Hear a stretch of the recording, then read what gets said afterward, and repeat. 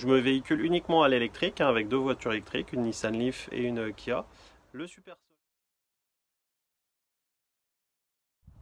Donc voilà, sur une année maintenant avec 2 kits BIM, je suis environ à 550 kWh.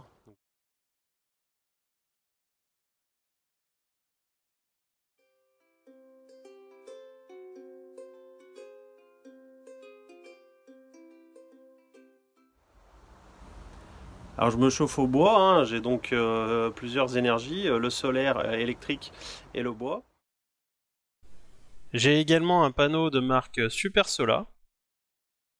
Le Super Sola, le petit panneau donc de 315 watts crête, il est branché ici.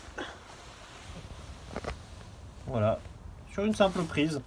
On a pu constater que les panneaux fonctionnaient moins bien quand il faisait très froid ou très chaud, un peu comme des batteries. Donc, mes 3 kits de 300 watts crête, ça fait 900 watts crête en tout, même si des fois je produis par exemple 500 ou 600 watts en instantané. Si à la maison on consomme que 100, bah, du coup il y a 500 qui partent dans le réseau et c'est perdu. Le prochain projet, c'est de mettre des panneaux solaires sur le toit. Il faut avoir fait installer des panneaux par un professionnel agréé RGE pour pouvoir bénéficier de l'autoconsommation, du rachat par EDF.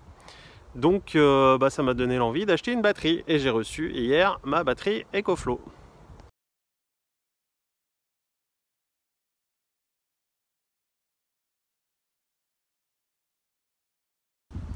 Alors pourquoi une batterie, me direz-vous? Une batterie EcoFlow, puisque j'ai 2 voitures électriques derrière? Et bah tout simplement parce que la plupart du temps on se recharge la nuit. Et la nuit, comme vous le savez, le soleil ne produit pas. Voilà. Aujourd'hui vous avez des bornes comme Zappi ou Lectrico, ce sera peut-être d'ailleurs un des prochains projets, qui savent, quand vous avez du surplus solaire, le balancer dans les voitures. Mais encore faut-il que les voitures soient à la maison lorsqu'il y a du soleil. J'ai reçu hier donc ma batterie EcoFlow, elle a été doublement emballée dans un premier carton. Puis ça, c'est le deuxième carton.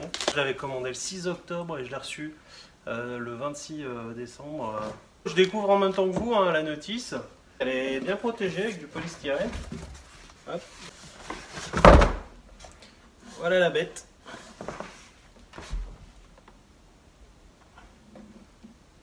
Ça, c'est un port que je connais pas, qui sert à brancher une autre batterie apparemment. C'est marqué extra batterie port. Un boîtier, enfin une petite boîte quoi. Qu'est-ce qu'on a là-dedans? Je découvre en même temps que vous là, hein. J'ai pas déballé une première fois pour vérifier. Hop, du silicone. Ok, donc j'ai un câble, je sais pas comment ça s'appelle ça. Ça ressemble à du jack, je suis pas doué. Voilà. J'ai ce câble là qui à mon avis, alors ça fait penser à un câble d'appareil à raclette un peu, mais je dois avoir le même pour charger ma moto Zero Motorcycle, donc ça doit être pour charger la batterie. Et bah ça doit être simplement une connectique DC, hein, puisqu'il y a 2 ports pour la charger sur allume-cigare. Je viens de la retourner et je découvre 4 prises européennes, hein, EF, un bouton on-off, j'ai l'impression, une prise allume-cigare, voilà, les 2 prises, je sais pas comment ça s'appelle ça, que j'ai vu tout à l'heure, je vous ai montré tout à l'heure, voilà, c'est pas du jack, c'est, voilà, c'est ça, voilà. Un bouton on-off aussi pour le 12 volts, une trappe qui cache le port pour charger sur la batterie 12 volts de la voiture, sur l'allume-cigare. Le port pour charger sur la prise domestique. Et ça, je sais pas ce que c'est. Press. Faudrait que je lise la notice. Et qu'est-ce qu'on a? On a un écran. Pairing Bluetooth, donc pouvoir s'apairer en Bluetooth. Je pense que je vais devoir télécharger l'application. 2 ports USB-C, 2 ports USB A et 2 ports USB charge rapide. Un bouton marche arrêt. Ah bah voilà, je découvre en même temps que vous.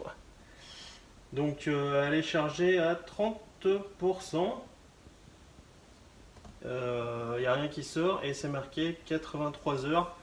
Alors 83 heures, ça doit être le temps qu'elle peut tenir comme ça si je la laisse allumer sans rien brancher dessus. Enfin je suppose, je sais pas. puisqu'elle doit consommer un petit peu, auto-consommer quoi. Voilà, bon bah je vais faire le test de la charger quand je serai en heure creuse, parce que le but c'est de la charger soit avec du solaire, soit en heure creuse, pour réutiliser ensuite en heure pleine, réutiliser la batterie, donc s'en servir comme stockage, de préférence quand j'ai mes panneaux solaires qui produisent, ou alors pourquoi pas sur le 12 volts, puisque je roule beaucoup. Et puis tester si ça me permet de faire des économies d'énergie, puisque c'est une batterie qui contient 1 kWh d'énergie. Voilà. Vous avez aimé cette vidéo et son contenu, alors abonnez-vous.